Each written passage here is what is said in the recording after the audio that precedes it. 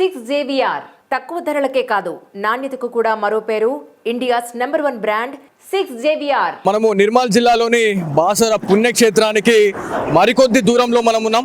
So ఇక్కడ దాదాపు గోదావరి పరవళ్ళు తొక్కుతుంది అని చెప్పేసి మనం మాట్లాడుకుంటా ఉన్నాం. ఉగ్ర రూపాన్ని చూపిస్తుంది అని చెప్పేసి మనము మాట్లాడుకుంటున్న పరిస్థితి ఉంది. సో నిన్న నుంచి వర్షం తగ్గుముఖం పట్టడంతో ఇక్కడ ఉన్నటువంటి బాసర వాసులు కావచ్చు, దాంతోపాటు చుట్టుపక్కల ఉన్నటువంటి గ్రామస్తులు ప్రతి ఒక్కరు కూడా ఊపిరి పీల్చుకున్నారని చెప్పుకోవాలి. ఎందుకంటే ఇక్కడ సిచ్యువేషన్ మీరు చూస్తే మీకు ఏం అర్థమవుతుందంటే, ఇది యాక్చువల్లీ ఈ ఎంట్రెన్స్ వచ్చేసి ఇది ఎంచాకి సంబంధించినటువంటి గ్రామ శివారు.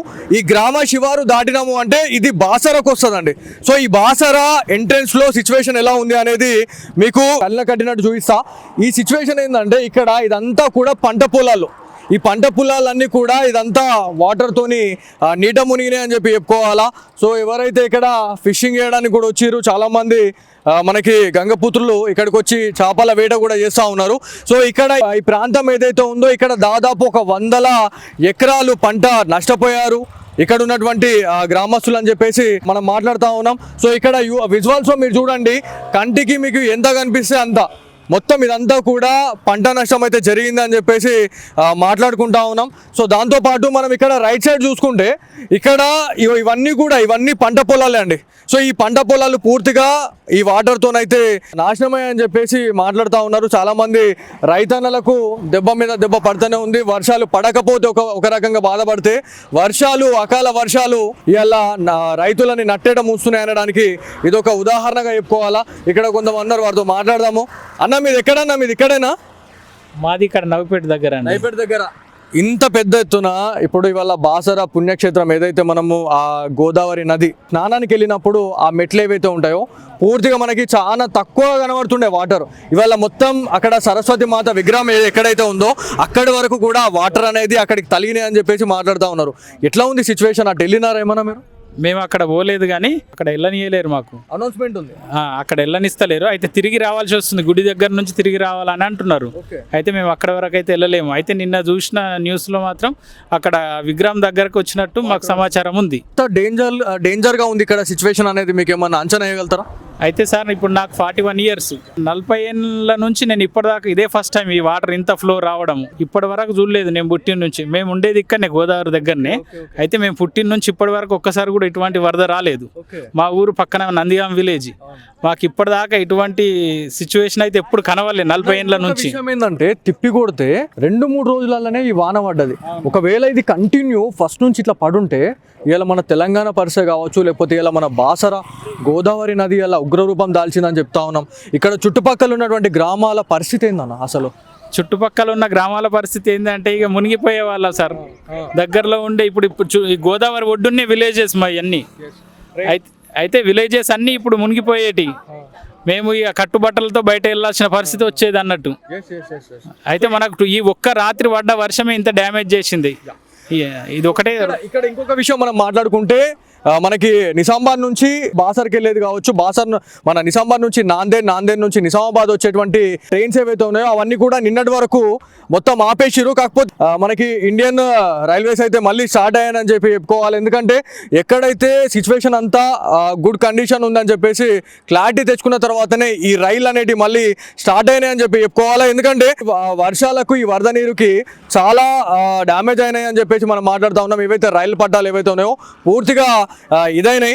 ఎందుకంటే కామారెడ్డి కావచ్చు, దాంతోపాటు బిక్నూర్ ఆ ఏరియాలో ఒక రైల్వే ట్రాక్ అనేది పూర్తిగా ఏవైతే ఆ బేస్ ఏదైతే ఉందో ఆ బేస్ అంతా కొట్టుకోపోయిందని చెప్పేసి మనం మాట్లాడినాం. సో ఇది నిన్నటి వరకు కూడా ట్రైన్స్ ఏవైతే ఉన్నాయో అసలు నడవలేదండి. ఇవల్ల గోదావరి తల్లి కొంత శాంతించింది కాబట్టి ఆ వాటర్ అనేది నిన్నటి వరకు చూసుకుంటే ఆ రైల్వే ట్రాక్ ఏదైతే ఉందో, ఆ బ్రిడ్జ్ ఏదైతే ఉందో దాని వరకు కూడా ఆ వాటర్ తగిలింది మట్టం అని చెప్పేసి మనం మాట్లాడుతూ ఉన్నాం. ఇవల్ల స్టార్ట్ అయింది ఇదంతా కూడా.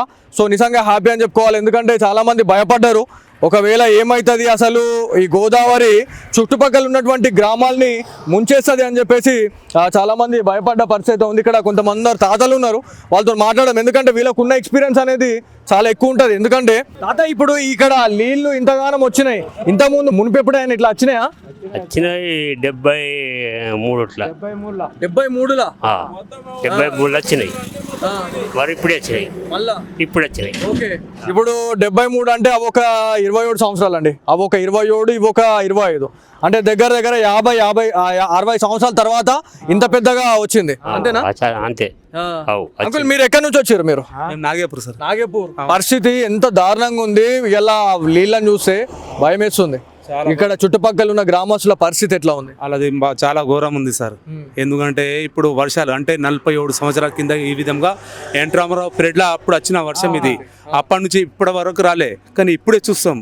ఇక్కడ మిఠాపూర్ అయినా ఇక్కడ అల్దాపూర్ ఏం పక్క పొంట చేన్లు పొలాలు అన్ని బాగా ఇదైపోయినాయి, గంగలా పోయినాయి. దగ్గర దగ్గర ఎన్ని ఎకరాలు ఇట్లా నాశనం అయిపోయి ఉంటాయి? లేదంటే 100,000 ఎకరాల కన్నా ఎక్కువ పోయినాయి. ఎక్కువ 1000 ఎకరాల కొద్దిగా ఒక్కొక్కరు 2 ఎకరాలు, 200 ఎకరాలు, 300 ఎకరాలు, ఒకళ్ళ 50 ఎకరాలు, 25 ఎకరాలు ఇట్లాంటి పొలాలు ఉన్నాయి కొంతమంది.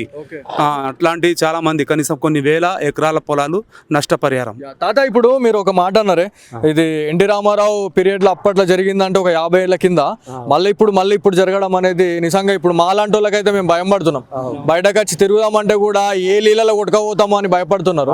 సో ఇక్కడ తాత గోదావరి నది ప్రవాహం అనేది అక్కడ సరస్వతి మాత విగ్రహం ఉంటుందో ఆడదాకా తలిగినాయి అని అంటున్నారు, నిజమేనా? ఒకవేళ ఆడదాకా తలిగితే ఎంత ఎఫెక్ట్ అయి ఉంటుంది తాత? మరి మస్తు అటు పోయినాయి నీళ్లు. అప్పుడు కూడా సరస్వతికి తలితేనే మరిపోయింది గంగ. అప్పుడు కూడా అప్పుడు శాంతించిందా? ఓకే. ఇప్పుడు కూడా అదే విధంగా అయింది. ఓకే. అప్పుడు కూడా ఇట్లనే పంటలు ఖరాబ్ అయిపోయినాయి, ఇప్పుడు కూడా అదే పరిస్థితి అయిపోయింది. ఇక్కడ ఇంకొకసారి మీరు చూడొచ్చు లైవ్ లో, మీకు నేను చూపిస్తా. వాటర్ ఏవైతే వస్తుందో ఆ హెవీ ఫ్లోటింగ్ అనేది మీకు క్లియర్ గా కనిపిస్తూ ఉంటుందండి. అక్కడ ఎంత ఉద్రిక్తంగా ప్రవహిస్తుంది గోదావరి అనేది మీరు చూడొచ్చు. ఒకసారి మీరు అక్కడ జూమ్ చేయండి, మీకు వాటర్ ఫ్లోటింగ్ అనేది మీకు కనిపిస్తూ ఉంటుంది. ఎంత స్పీడ్గా ఆ వాటర్ అనేది మన బాసర గోదావరిని దాటుతూ ఉంది. ఆ గోదావరి అని చెప్పేసి మనం మాట్లాడుతూ ఉన్నాం. సో అక్కడ ఎక్కడెక్కడ మరమ్మతులు చేయాలో అక్కడక్కడ పూర్తి స్థాయిలో మరమ్మతులు జరుగుతూ ఉన్నాయి. మీకు ఇంకొకసారి నేను విజువల్ చూపిస్తా. ఎక్కడెక్కడ రైల్వే ట్రాక్స్ ఏవైతే దెబ్బతిన్నాయో అక్కడ పూర్తి స్థాయిలో రైల్వే శాఖ అధికారులు మరమ్మతులు చేస్తూ ఉన్నారు. అక్కడ చూడండి, మీకు అక్కడ కనిపిస్తూ ఉంటుంది. అది ఏదైతే అక్కడ ఒక జేసీబీ కావచ్చు, దాంతోపాటు ఒక ట్రిప్పర్ ఏదైతే ఉందో అక్కడ పూర్తి స్థాయిలో ఎక్కడెక్కడ డ్యామేజ్ అయిందో అక్కడక్కడ పూర్తిగా వాళ్ళు మరమ్మతులు చేస్తూ ఉన్నారు. రైల్వే ట్రాక్కి ఎలాంటి ఇబ్బంది కలగకూడదు, ఎందుకంటే ఏమైనా జరిగితే మాత్రం పెద్ద మొత్తంలో ప్రాణ నష్టం ఉంటుంది అనే ఒక దీంతోనైతే వాళ్ళు మొత్తం మరమ్మతులు చేస్తూ ఉన్నారు అని చెప్పి చెప్తా ఉన్నారు. సో ఇక్కడ మీకు ఎంతమంది కనిపిస్తున్నారు వాళ్ళంతమంది కూడా వాటర్ని చూడడానికే వచ్చారు.